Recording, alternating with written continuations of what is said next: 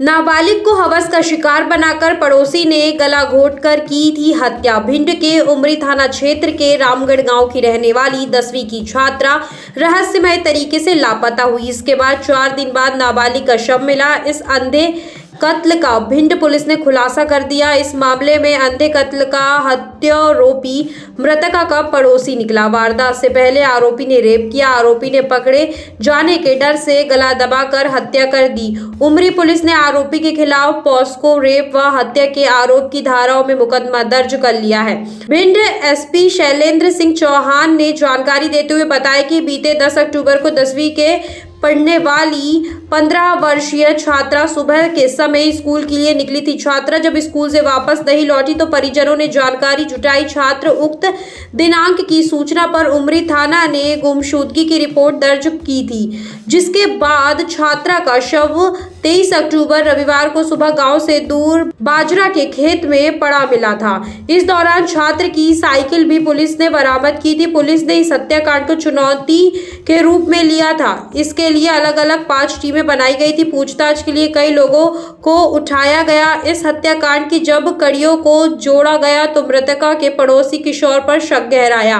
Police को जब मृतका के पड़ोस में रहने वाला गांव का युवक, जो कि रिश्ते में चाचा लगता था, उसे पूछताछ की तो उसकी बातों से शक गहराया। इस पर पुलिस को उसने उलझाना चाहा, परंतु पुलिस के सामने ज्यादा समय तक नहीं टिक पाया। पुलिस ने जब सख्ती से पूछताछ की तो उसने सारी सच्चाई उगल दी। आरोपी ने पुलिस को बताया कि उसकी नजर छात्रा पर लंबे समय से थी।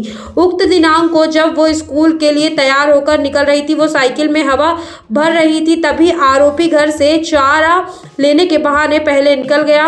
वो रास्ते में छिपकर खड़ा हो गया। जैसे ही छात्रा निकली, उसने पीछे से गले में स्कार्फ का फंदा डालकर बाजरे के खेत में ले गया। यहाँ उसने छात्रा के साथ गंदी हरकत की। तरीके से किस प्रकार से उसने किया है वो पुलिस को बताया।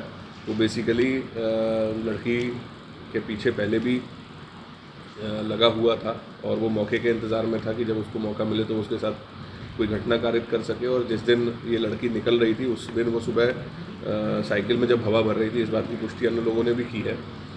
तब इसने उसको स्कूल जाने का देखा और तब ये घर से झाड़ू के लिए जो है खरेरा उसको काटने का कहकर निकला और जहाँ पे जो घटना स्थल है वहीं पर इसने इस लड़की को पकड़ा, तुरंत वहाँ खेत में ले गया। वहाँ इससे जबरन इसने दुष्कर्म करने का प्रयास किया और उसी दौरान जब इस लड़की ने विरोध किया तो इसका गला घोंटकर इसकी हत्या कर दी। उसी दिन इसने जो साइकिल है वो दूसरे के खेत में वहाँ पर रख दी और ये अपने घर चला आया। फिर जब साइकिल मिल गई और अगले दिन जब इसकी घर वाले तलाश करने वाले थे तो साइकिल मिलने के बाद ये थोड़ा घबरा गया और इसने अगले दिन सुबह जाकर जो बैग है वो घटनास्थल से हटा के जहाँ पे बाद में मिला था वहाँ पे इसने उसी दिन सुबह इसको फेंका।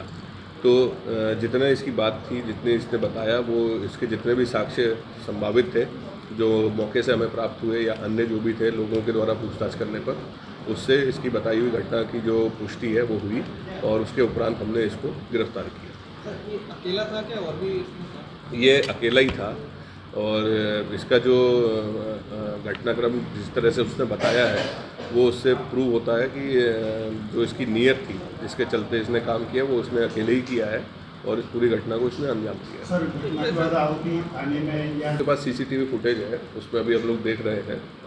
अभी वो चीज़ फैक्ट वेरीफाई नहीं हुआ है, लेकिन अगर आएगा तो उसके हिसाब से करेंगे। सर, नेशनल पुलिस को शक कब हुआ, कैसे, किस आधार पर? देखिए, इसमें क्या था कि संभावना जो हमें पूरा घटनाक्रम देखने की लग रही थी तो उसमें हम लोगों ने हालांकि किसी को पूरी तरह से शक से दूर नहीं किया था, लेकिन एक सर्टेन एज लिमिट के लोग हम लोग आइडेंटिफाई कर रहे थे कि संभावना है कि ये लोग ज़्यादा कर सकते हैं। तो उसी दौरान उसी उम्र के हम लोगों को बुला कर पूछ रहे थे कि जो हो सकता है कि कहीं ना कहीं किसी ने।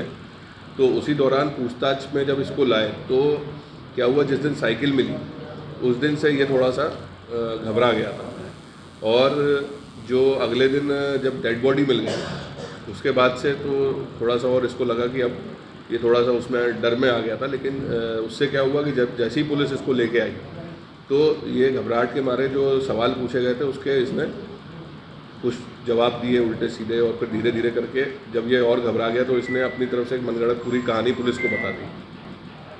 तो जब इसने इस तरह की कहानी बताई तब हम लोगों को शक हुआ कि कहीं ना कहीं इस पूरे मामले का इसकी जानकारी में है। हो सकता है ये जो कहानी कह रहा हो वो सही है, या हो सकता है कि कुछ और चक्कर हो। तो जब इसने जो कहानी बताई उसको हमने जितने भी भौतिक साक्ष्य थे, टेक्निकल और मटेरियल एविडेंस थे, उनसे जब उसको क्रॉस किया तो वो कहानी पूरी तरह से झूठी साबित हुई। और फिर जब उसको वापस दोबारा ये सब करने के बाद पूछा हिकमत अमली से, तब उसने फिर काफ़ी पुलिस को गुमराह करने का प्रयास किया। फिर फाइनली उसने पूरी घटना फिर पुलिस को बताई।